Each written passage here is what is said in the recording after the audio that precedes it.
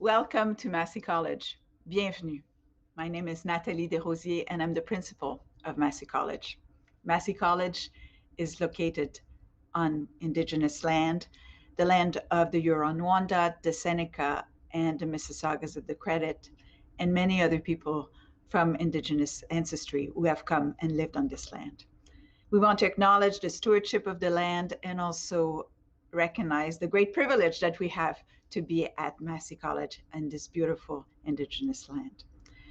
Tonight, we are doing World's Philosophy. So it's wonderful to have this initiative developing at Massey, and I'm really delighted to celebrate this investment into understanding our world better.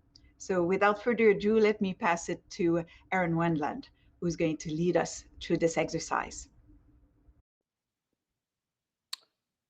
Hi there, welcome everybody to tonight's philosophy event. My name is Aaron Wendland. I'm a senior research fellow in philosophy here at Massey College. I'm also the philosophy editor at The New Statesman, and I produce philosophically inspired episodes for CBC Ideas. The topic of tonight's event is world philosophy. And the aim is to pave the way for the establishment of a new world philosophy group and potentially a world philosophy institute at Massey. So we're trying, in a way, to introduce the Massey community to the notion or idea or concept of world philosophy. I have a couple of speakers here to help me do that, and I will introduce them in a second. But before I get to that, it's worth saying that throughout the course of the evening, please feel free to type your questions into the comments box on YouTube, and we'll try to leave 10, 15, 20 minutes at the end for questions from the audience. So just type them as you're going. Most of you have experience with this at this point, and yeah, we'll take questions at the end. Okay, so let me introduce the people that I am going to be talking about world philosophy with this evening. So the first person is a senior research fellow here at, or a senior fellow here at Massey. His name is Kumar Murthy. He completed his PhD in mathematics at Harvard University. He is the director of the Fields Institute at the University of Toronto. And apart from his work in mathematics, he is currently working on a philosophy book entitled Knowledge, Being, and Behavior. Our second guest or panelist is Sudhanshu Sekhar Chakravarty. He finished his PhD in philosophy at Syracuse University. He is the author of Modality, Reference, and Sense, an essay in the philosophy of language. He is also the author of Hinduism, A Way of Life, and he's currently a fellow at New College in the University of Toronto. Now, before I get into my sort of panel discussion with our guests here tonight, I just want to say maybe a little bit to kind of set up the discussion, or let's call it the background for the discussion. So recently there's been a push to diversify the philosophical canon at Western universities.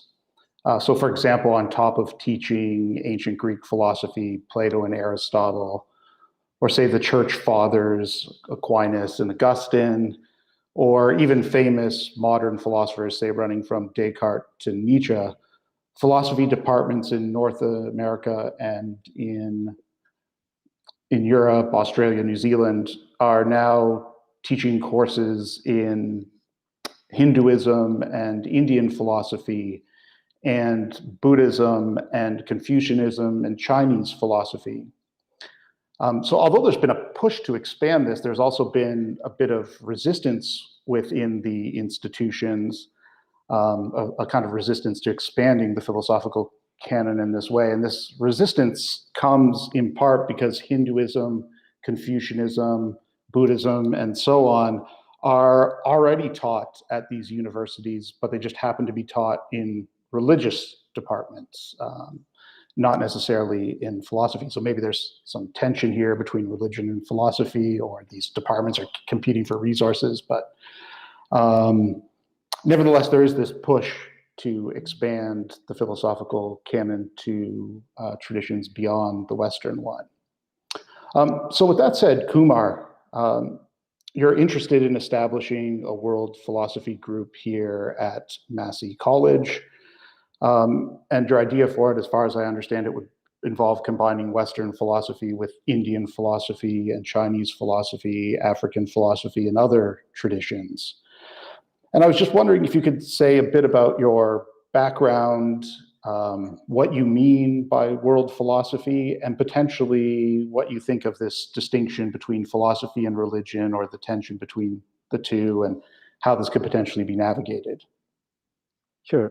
Firstly, I'd like to thank Massey College for hosting this event, and Aaron for your thoughtful question, but there's a lot packed into that question, so I'll take my time to unpack it. Firstly, as far as my background is concerned, as you said in the introduction, I'm a mathematician.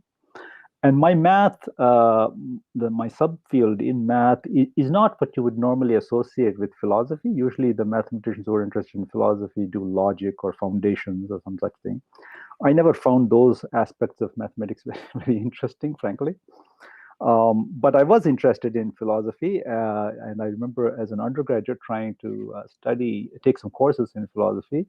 The problem was that I didn't like the ambiguity in things, the lack of certainty that philosophical arguments seem to carry relative, especially to mathematics. And so I ended up going more into mathematics. I sort of valued certainty. It took me, I think, several decades, a long career, before I realized that there's also uncertainty in mathematics. That was a long journey. It was not until I went to graduate school that I met metaphysically, sort of metaphorically rather, I met a philosopher who I really enjoyed listening to and reading. That was Vivekananda. He's an Indian philosopher.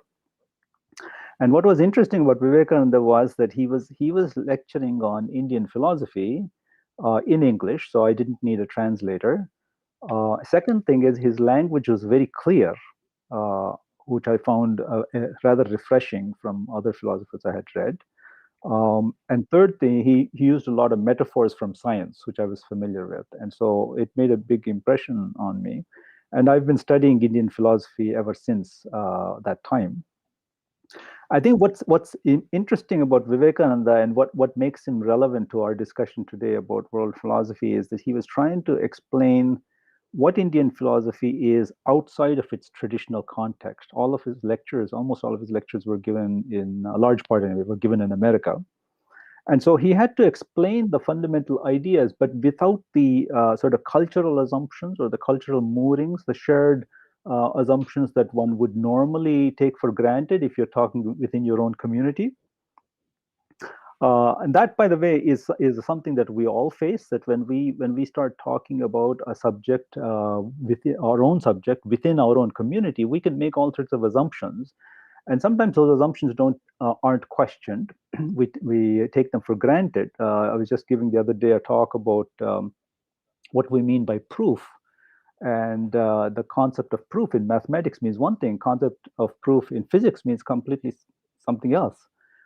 And physics is a field which is pretty close to mathematics. What to speak of proof in philosophy or proof in law? All of these things, the same word, but it takes on a different meaning. And so if I were to go as a mathematician, for example, and talk about what it means to have certainty or prove something to a community that doesn't have the same cultural assumptions built in, then I will not be understood. And so what I feel is here that there is an opportunity to take philosophical ideas and try to strip them down to the pure essence, out of the context. And then I think you will get an idea into really what the concept is. So you ask, what do I consider world philosophy? Here's a conception that firstly, just to be clear, it's not comparative philosophy. That's not as if I take this tradition says this tradition says this. It's not that kind of thing, but although it might start from there. But I would say there are two aspects that sort of I would look for in a in an approach to world philosophy. One is to accept outside of a particular cultural backdrop, to universalize, to discover the assumptions that were built in maybe more traditional expositions, and then to question those assumptions and either accept or modify them. And then the second thing is having, if you like, that kind of that pure thought, to try to apply that insight into problems of common philosophical interest. That is, whether you're from the East or the West or the North or the South, there are some problems that the human being wants answers to. And world philosophy should be able to draw on the best philosophical insights and principles from all traditions to sort of help us understand those kind of questions. Then on the philosophy versus religion divide, I should say that yes, I know this kind of discussion takes place. I should say that at the University of Toronto, the Department of Philosophy was very supportive and very clear about this. That they want to develop a strength in South Asian philosophy. So that's a good thing, and I think they've made at least two very strong hires in that field, and they plan to hire more. Maybe they've made more by now. The difference in philosophy and religion is this: that in philosophy, we don't need to begin with a theological hypothesis. So, for example, the question, "Do I exist?" The question of existence. If I have a theological question, I might say, "Does God exist?" Well, let me say, "Do I exist?" Well, there's a question I can answer for sure. I exist. Why? Because if I don't exist, who's making the statement? Who's making the statement that I don't exist? So therefore, I get a certainty that I exist from this point of view. And it's interesting that when I made this statement in a course on Indian philosophy that I gave at the University of Toronto, and I presented it like this, that I exist is incontrovertible for this reason. And one of the students asked me, "Oh, is that Descartes?" I said, "No, that's Shankara, 9th century AD." So this is a question that has come up in different traditions, same question, and it's been analyzed. And so that's also a very interesting thing. So when in this introductory course on Indian philosophy, what I did was I said, "Here, look, here are three philosophical problems that we would be interested in, whether you're from the East or the West or from anywhere else.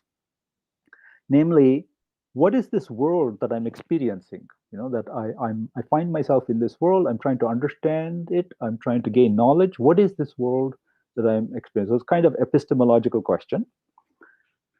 Second is, who's asking the question? That sort of comes about when I try to push the limits of epistemology, push the limits of knowledge, and I find that the objective and the subjective become less clearly distinguished, and ask the question, "Who am I?" And then the third question is, okay, if I have some kind of answers to those things, how do I relate myself to this world? And that's the whole problem of ethics. So I presented Indian philosophy from that point of view, and I think you can do this without a theological concept. I'm not saying that the theological concepts are unimportant or uninteresting. Myself personally, I like them very much, but I'm just saying it's possible to discuss these ideas from a purely philosophical point of view without a theological assumption. So I think there's a role for this in academic departments. That's a long-winded answer to your question.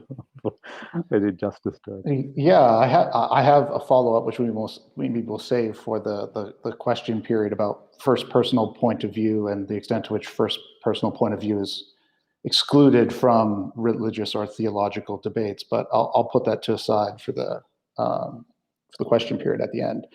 Sudhanshu Sekar, where are you? Okay, great. So you have a background in philosophy of language, and philosophy of language was one of the dominant sub-disciplines in 20th century philosophy in the Western world. Philosophy of language also has a long history and tradition in Indian philosophy. And I was just wondering if you could explain how sort of philosophy of language, the sub-discipline in philosophy, might serve as a bridge, say, between East and West, and contribute to the development of something called world philosophy. Well, I'm so delighted to have received a philosophical question on world philosophy. First, to start with, I must say, philosophy doesn't uh, compromise itself a bit while doing world philosophy.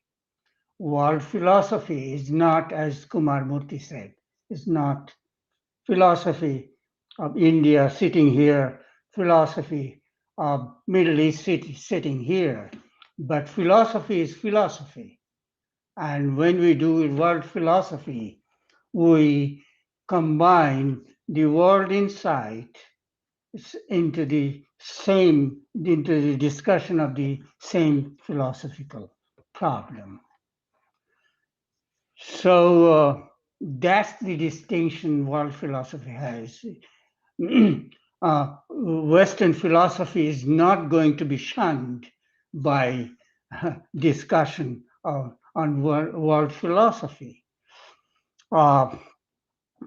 Yeah, philosophy of language is certainly it's it used to be a very prominent uh, uh, area of Western philosophy. Well, taking from there, we could relate philosophy of language to high level of philosophical thinking about what the world is and how our values are and all that from when we're doing our discussion, taking material from, say, Indian philosophy. Excuse me, I'd like to say this. The values, they have a hold on us. They often do have a hold on us. There is a compulsion in ethics deals with to accommodate a compulsion in its field. Treat others with compassion, or the others have human rights. Everyone does. Now, what kind of compulsion is this? There's a necessity involved here. What kind of necessity is that? Well, if it is absolute metaphysical necessity, then how could Idi Amin or so many Idi Amin amendments we see when we open our eyes together in the world? How do they practice their own ways? Well, in philosophy of language, in logic, we speak about necessity, and another kind of necessity in the field of comprising things in all possible situations, all possible worlds. What about the necessity here? This necessity, of course, is epistemic necessity. There is an a priority prior to experience. We have, if we have something that's what we say is a priori. Now, Saul Kripke, who is a very prominent philosopher of language of today, he formulated the concept of contingent a priori. You give an example. Well, when we are talking about what philosophy, I must be given the chance of doing some philosophy, hardcore philosophy. The stick S, the standard meter bar S is 1 meter long. Now this is a priori. We know that this is the standard meter. So it certainly is 1 meter long. And this is necessity of belonging, falling to the category of being a priori. It is not necessary that in the other sense that in a possible world that stick could have, in another situation, that stick could have been less than a meter long. It would not have served as a standard meter bar in that possible situation. So this is an example of contingent a priori. Now, in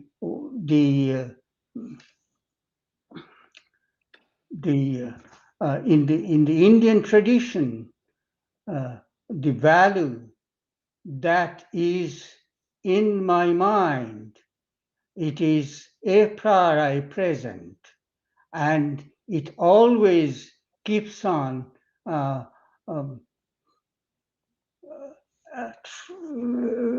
as if trying to reveal itself in a full-fledged way. And so it's there, a priori, like paralleling the Chomskyan situation of innate idea. It's there, but it is right. not.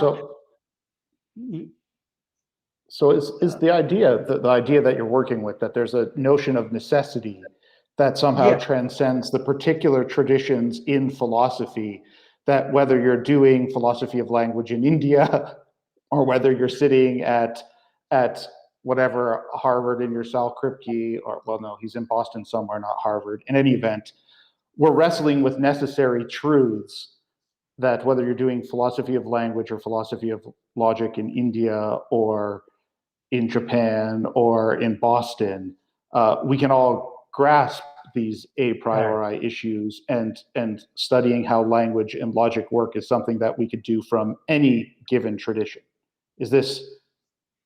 Am I understanding you correctly? Yeah, very, this is what I wanted to demonstrate. Yeah. And so then, the idea of logical necessity or the a priori sort of transcends particular cultures and can be discussed from any sort of tradition. Yeah. And then the question comes, how that what is hidden there, how that surfaces, and the existentialistic, that ground breaks in. How existentialism plays its role there, human choice. Into how we understand necessity. Well, the value is there. It peeps into my mind, and how do I place it? I see. There is the we'll get to ethics in a bit. So Kumar, I wanted to follow up with you a bit on this kind of fundamental questions. I mean, one of your characterizations, the way you put it in your answer to my first question, was that in some way, what world philosophy does, as you see it, is strip philosophy down to a series of kind of fundamental or basic primordial questions that any human being from anywhere could potentially ask. And human beings throughout history have asked these questions, and their answers are placed currently in different traditions, but we can draw on them to address them in different, well, I don't know if it's in different ways, but different traditions will have different answers to these different fundamental questions, and we can learn from drawing on all of them. So I know you have an interest in sort of epistemology and philosophy of mind, and I wonder what sort of a fundamental question would be in epistemology or philosophy of mind that you could sort of answer from this world historical or world philosophical approach.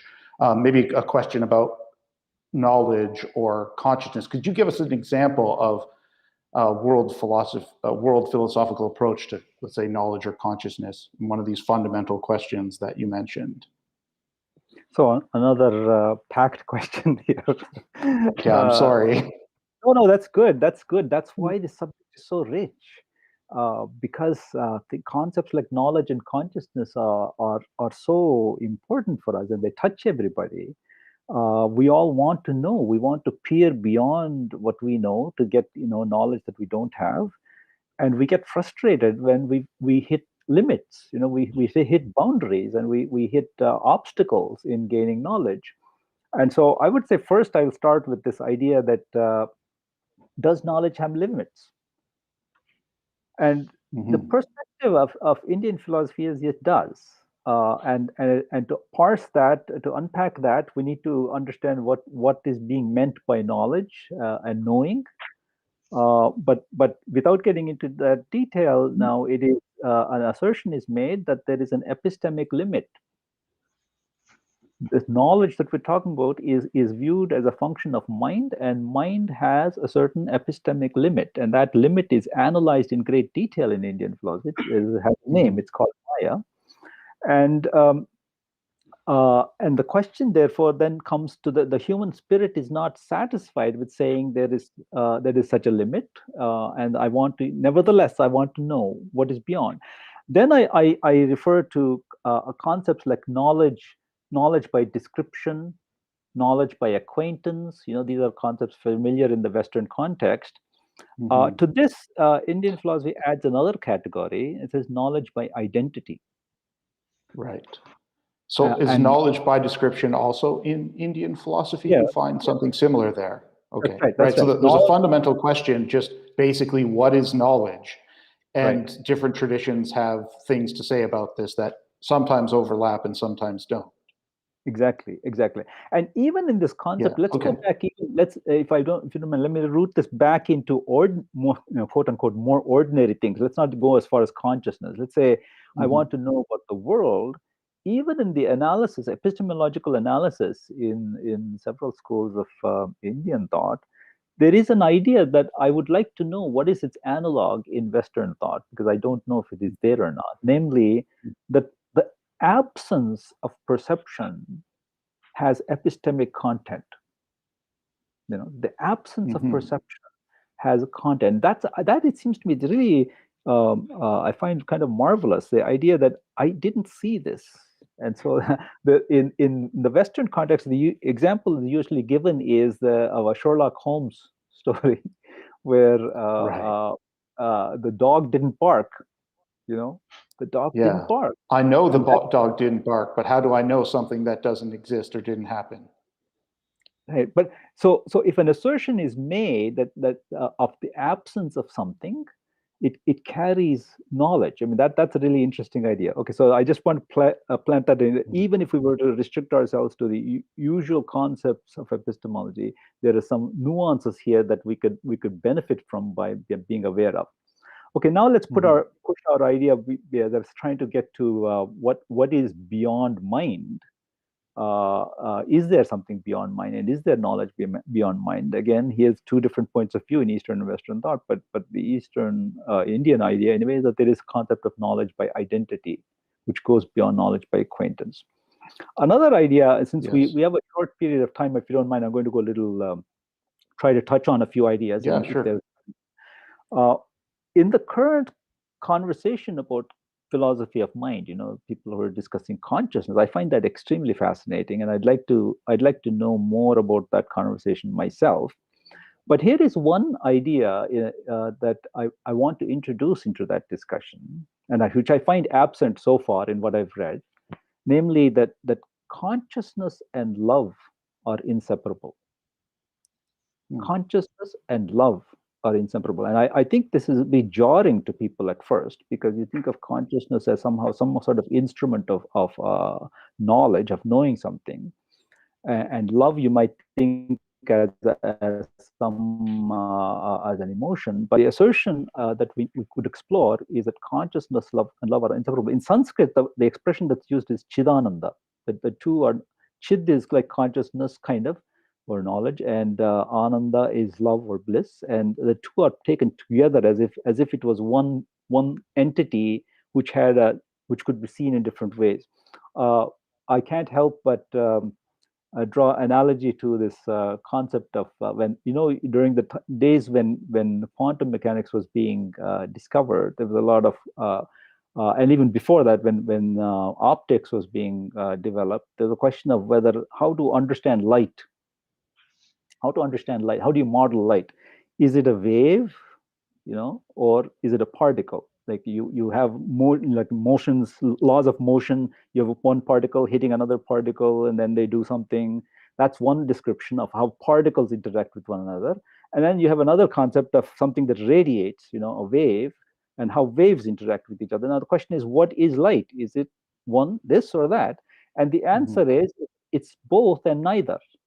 That both the particle way of looking at, these are just metaphors and ways of looking at something that you're trying to understand. And so I draw attention to what we really want to understand is being. And that being is being seen as one side as consciousness, as one side as love, but it's the being that is fundamental. Okay, say just a bit more, because I don't think everybody would sort of understand that. But the idea, as far as I understand you in this discussion, is that traditionally we understand conscious as a knowing relationship, that I'm aware of the fact that I'm sitting in the round room at Massey College, and I'm somehow, consciousness arises out of the fact that I'm aware that I'm sitting in this room. And so it involves knowledge of some kind of object, right? And that's one way of looking at consciousness. But your idea of consciousness as some kind of love means there might be consciousness without some kind of object of awareness.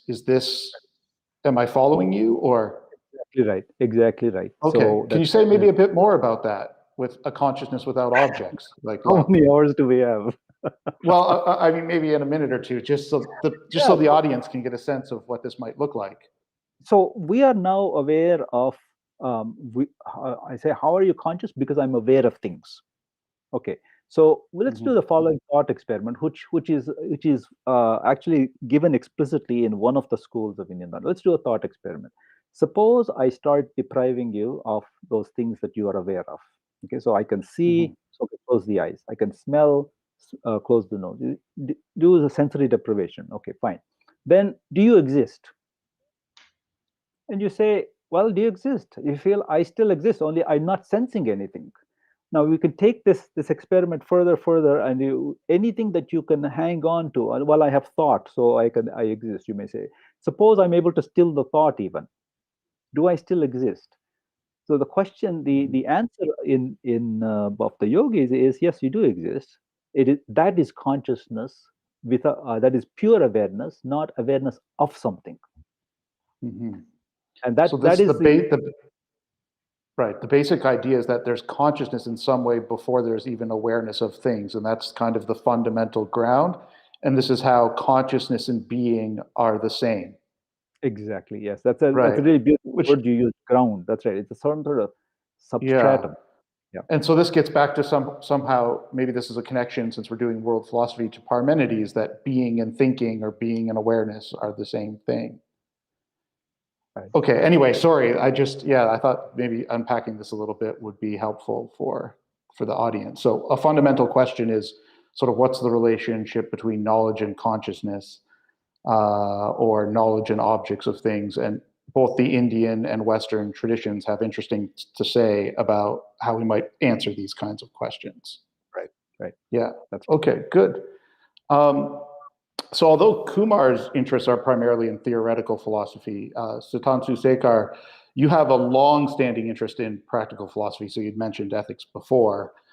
Specifically, you have an interest in character development and virtue ethics.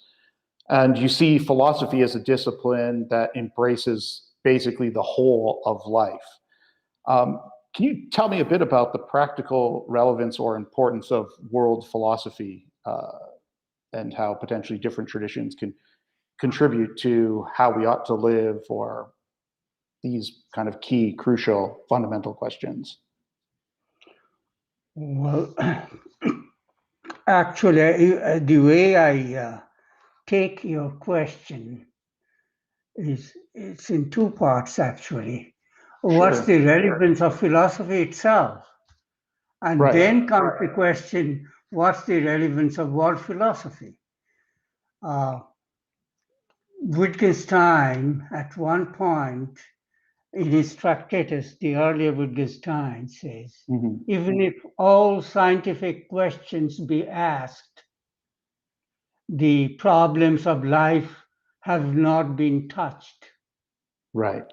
So the values are there which are not to be touched by science. Science cannot, that's Wittgenstein. Science cannot study value.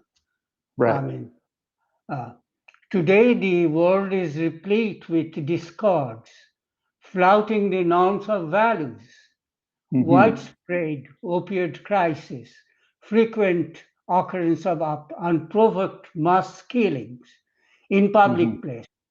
Bullying at schools are cases in point, while prevalence of psychological depression across the population the world over, with its grip of finality, takes its toll. I will. I feel tempted to give a quotation from the famous British philosopher Bernard Williams in his book Ethics and the Limits of Philosophy. Right. The quotation is, the resources of most modern philosophy are not adjusted to the modern world.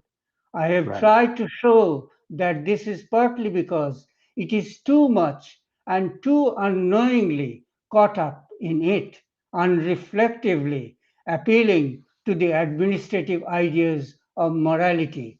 It is not a paradox that in these very circumstances, very old philosophies may have more to offer than moderately new ones. Now, Right. The idea Williams has in this book is that philosophy in some way has become too close to science, that it can't answer the questions of how I ought to live or what is good for me, because it's interested in technical, logical questions and this kind of stuff. Right? So I guess the question is, the old traditions have something to say about this. Yeah. Can I? Yeah. Go ahead. Yep. Okay. While delving into the past, however, we need not confine ourselves to the ancient West, excluding the wisdom of the East. So this is the area of amalgaming the West and the East. That's what we must be doing. The BBC article in early January 2020 entitled, "Why Philosophers Could Be the Ones to Transform Your World." So philosophy is important, is relevant here. Dominic Barton, the internationally famous Canadian in the business world, fervently advises for philosophy in the business world. The academic philosophy is important, while he highlights inclusion of Eastern long-term perspective in the Western way of doing business, often neglected in the fast-paced setting of today. Mark Carney also emphasizes the importance of doing philosophy. So here, the question, the point certainly emerges relating do you have a to concrete sort of example? Well, yes, as Kumar Murthy, he was saying, our experience, I will say, I will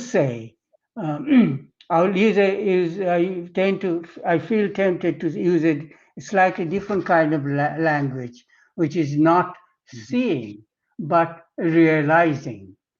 I come to a state where phenomenologically I have that kind of experience where my entire value system that undergoes a thorough change and a sustaining change, which sustains me, and whoever catches over sustains the other also. And all this is based on the virtue, on development of the virtue, harmony within. And you're drawing this from the Indian tradition, but it has right. Yeah, so there's a connection in some ways between virtue ethics in the Western tradition, that developing character and maintaining virtue. We can learn about this by drawing on the Indian tradition, and there's some overlap between these two about what it means to be a virtuous character and live well. Right. Okay. So Kumar, in your announcement that you prepared for the panel, you said that world philosophy ought to be of equal interest to scientists and to humanists. Now, you, of course, in some ways embody this as a mathematician who's interested in philosophy. But can you say a bit more about what you mean by that? Because I think you imagined that the world philosophy group that we would start at Massey would be open to everybody in the Massey community. But maybe say a bit about why scientists should be just as interested as philosophers and other humanists in this group.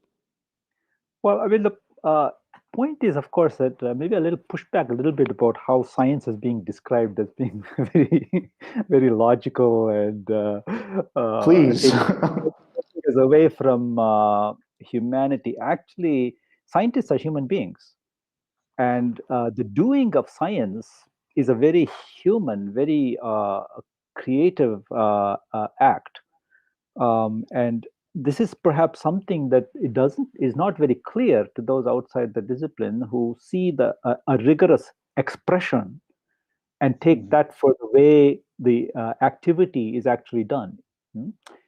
So science, especially mathematics, has a very rigorous expression.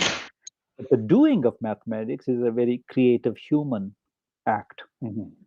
It's a lot like music. If you see the written score, it might look like it's just a very dry notation, but for the musician, there's a lot of feeling in that notation, and they can reproduce that feeling when they perform it. So scientists are locked like that. I think the connection between scientists and humanists is a lot closer than we give each other credit for. And sometimes it's a function of our universities that are so good at each different discipline that we become siloed. But the scientist is asking this question, and the humanist is asking, so what does it mean to be human? Because and I think I dare say, and you can push back on this, but I dare say that the defining question of our time, whether you're a scientist or a humanist, is going to be, what does it mean to be human? And why does the scientist care about this? Because never before in the history of our world have we been in a position to challenge humanity in a really remarkable way. I mean, and I say remarkable not necessarily in a positive remarkable way. Right. We're capable of cloning humans. We're capable of producing entities that it's hard to tell, are they alive? We're capable of analyzing your every gesture and predicting what you're going to do. There's a story. I forget the author now, but he's got several books. I think one is called Blink. He tells that he brings in couples, and 15 minutes he interviews them, and he's able to predict whether these couples, their marriage is going to be stable or not. Right.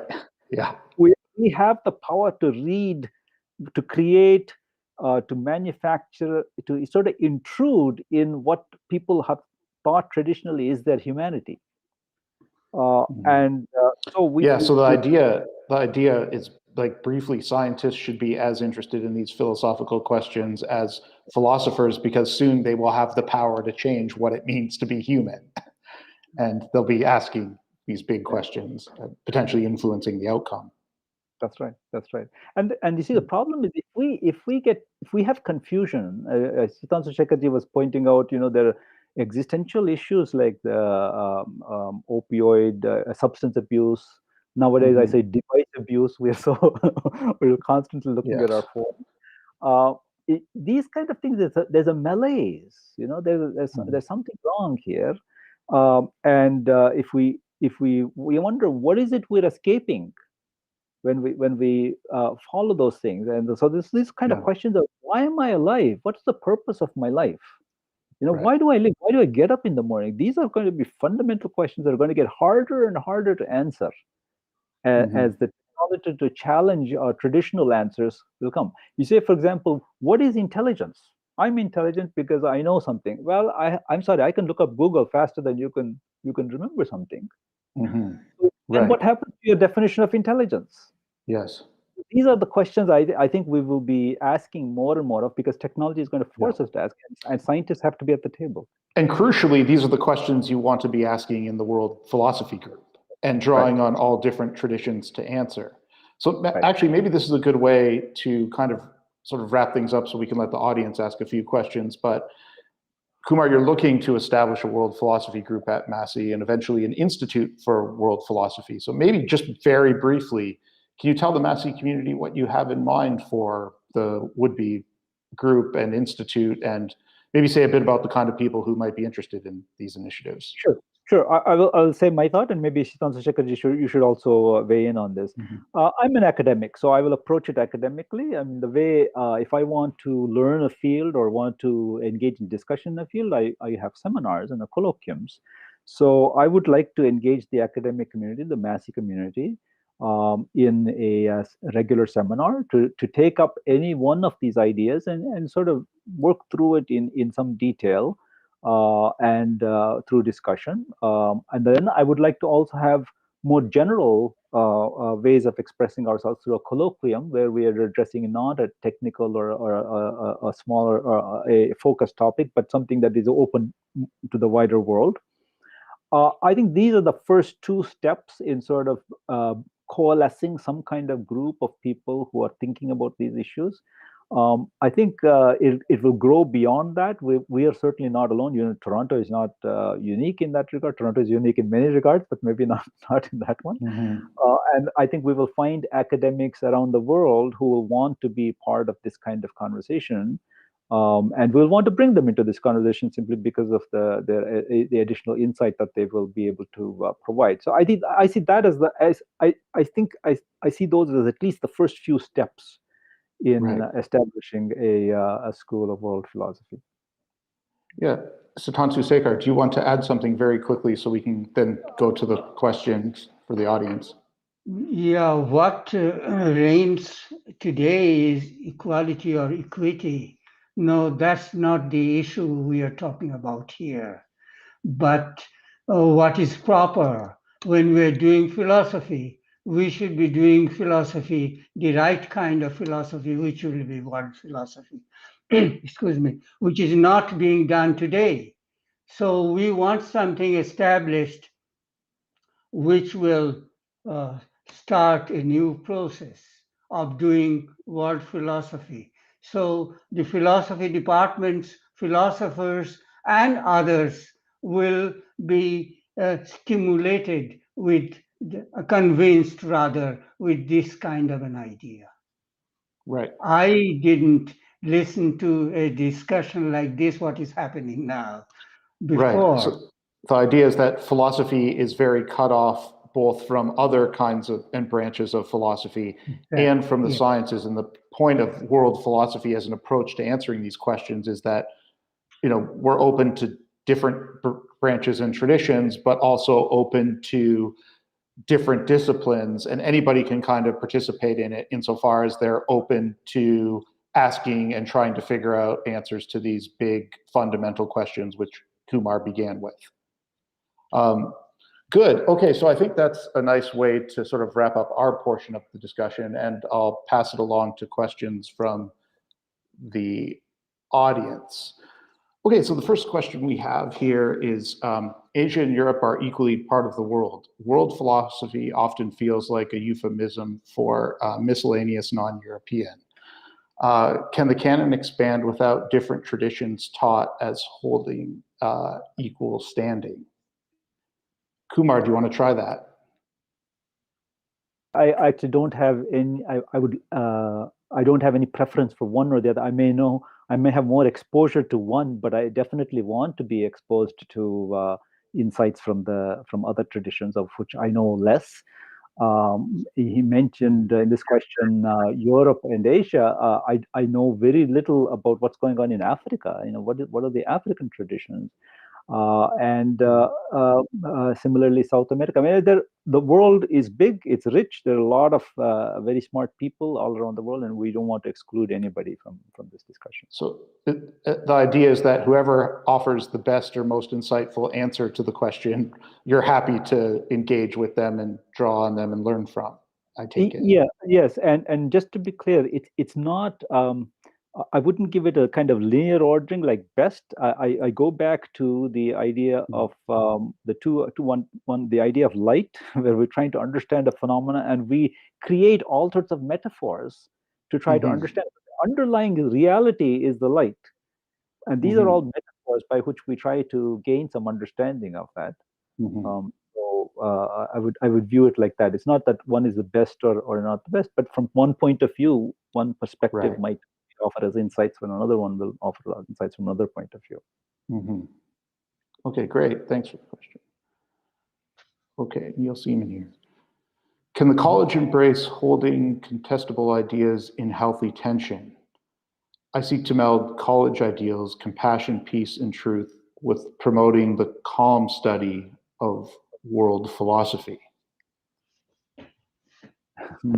I wonder, I mean, I guess this is directed to, well, can college, I guess maybe, I don't know how to unpack this question, but maybe Sudhanshu, you can sort of take it. The way I read this is that philosophy has a history of being sort of hostile in this contentious debate and disagreement. Is it possible to do this in a harmonious sort of way, or how does world philosophy square that? Well, philosophy is based on reasoning. If it is philosophy, there must be reasoning all through. And that's what we are doing now. Yeah, certainly debates are not only welcome, debates will be there. But there must be a goal towards the end, The end is coming to an understanding. And through debates, we must come. It is not political fights we are having here. Right. We all have a commitment to answering this question. Oh, by all means. Yeah, certainly. Yeah, I And mean, that takes time. So could I just? Yeah, Kumar, if you wanted to weigh in on that question, go ahead. Go to the next question. I just idea that universities, by tradition, it's a crucible of ideas. This is where we discuss things. We don't need to agree necessarily, but we're always looking for new ideas, new ways of looking at things. And some things will gel, some things won't. And it's also not necessary that everything gels for everybody. Right? Collectively, the academic enterprise is collectively we advance knowledge. Each of us does our part of it. So I don't think we need to overthink, how how this is going to go. Right. Okay, good. Thank you. So Natalie, how does world philosophy help us resolve our current ethical issues, such as vaccination passports or vaccination priorities? Or does world philosophy have anything to say about sort of climate change, climate challenges? Which one of you two wants to jump on this question first? Maybe Sudhanshu, you are more of the ethicist, and Kumar is more the theoretical philosopher. Well, actually, I had a long discussion with Horst House, the ethicist, over so many years on environmental ethics. Yeah, without virtue ethics, the environmental ethics cannot stand.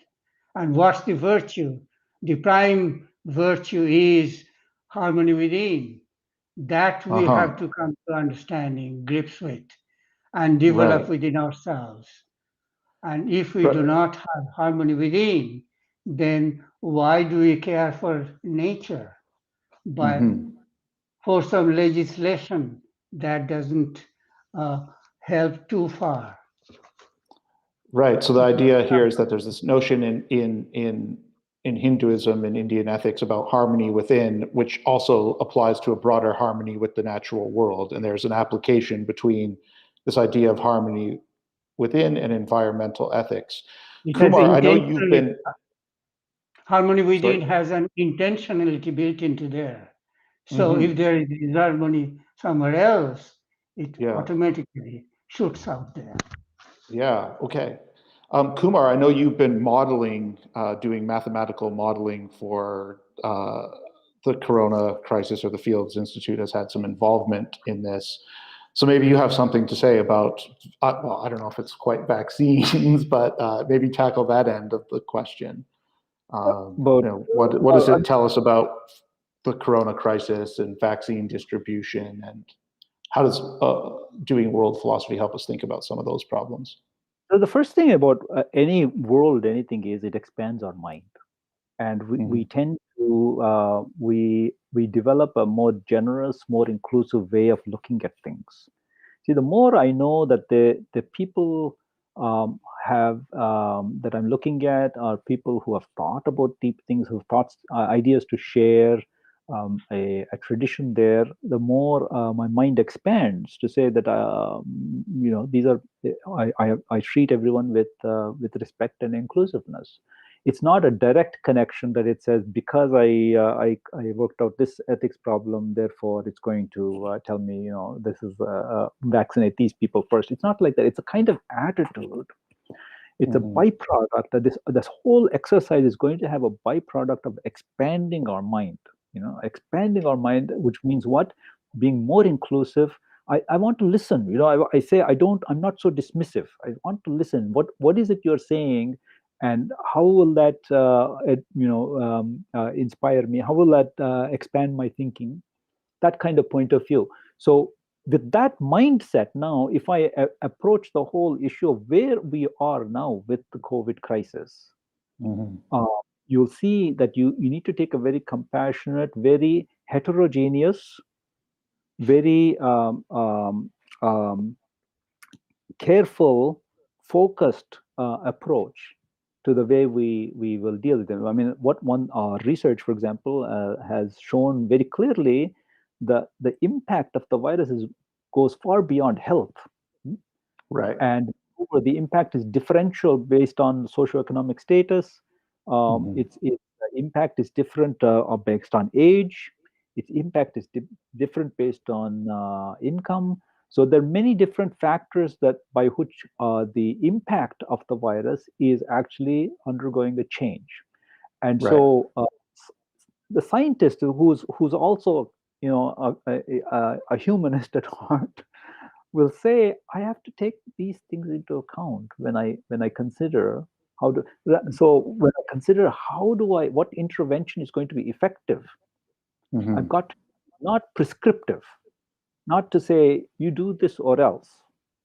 That's the approach. The approach is, what's the issue here? What's holding me back? Why is it that people who know it's dangerous to go out nevertheless have to go out and work because they need to earn the money to support their family? And why is it? Here's another big issue. Why is it that we told people at Thanksgiving, at Christmas, you have to be very careful, try to hold on, try not to do, and yet people got together. Can we blame them? I mean, it's a human need. We need to be in touch with each other. And so the point is understanding the math and the science will model something and show you what's going to happen, but the way we come up with answers with the questions we ask, and the answers we come up have to be compassionate also, to understand the human need and the human situation. I think that's what it's not just world philosophy. I think in general, exposing ourselves to humanistic ideas will make us more liberal, more general, help us to take a wider perspective and more inclusive perspective, compassion. Okay, I actually think we are at 8 o'clock, and that seems to me anyway like a great note to sort of end on. So I'd just like to thank Kumar and Sitantu Sekar for joining us for this discussion. And I guess just pay attention to various Massey notices. You all received them. The idea is to get the World Philosophy Group sort of up and running in a more robust way once we can all hopefully get together again in the fall of 2021. So thanks everybody for your time and attention. And if you have questions, follow-ups about the group generally, or maybe even particular ones, I mean, Kumar and I are both at Massey, so feel free to send us a follow-up. And thanks for your time. Thank you, Aaron.